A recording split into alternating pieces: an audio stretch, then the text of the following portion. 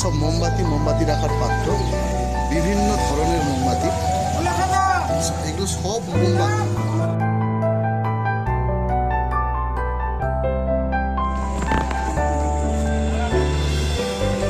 কাল রাত্রে আমরা এখানে নৈনিতালে এসেছি। কালকে রাত্রি 8টা বেজে গেছে নৈনিতালে। এবার পাহাড়ের দিয়ে ঘেরা, চারিদিকে পাহাড় আর মাঝখানে লেক। আর আমরা এখন শ্রী মা নয়না দেবীর মন্দিরের সামনে দাঁড়িয়ে আছি, দেখতে পাচ্ছেন। মন্দিরে প্রবেশ করছি।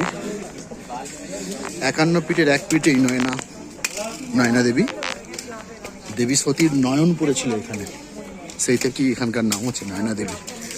মন্দিরে ঢুকেই প্রথমেই যেটা চোখে পড়বে সেটা হচ্ছে বজরং বালির মন্দির। জয় বজরং বালি কি।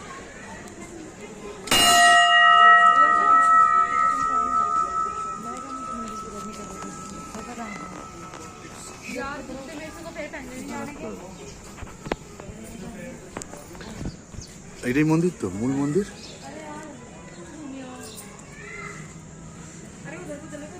প্রথমে জুতো খুলে রাখতে হবে এখানে, আর তারপরে এই মন্দির।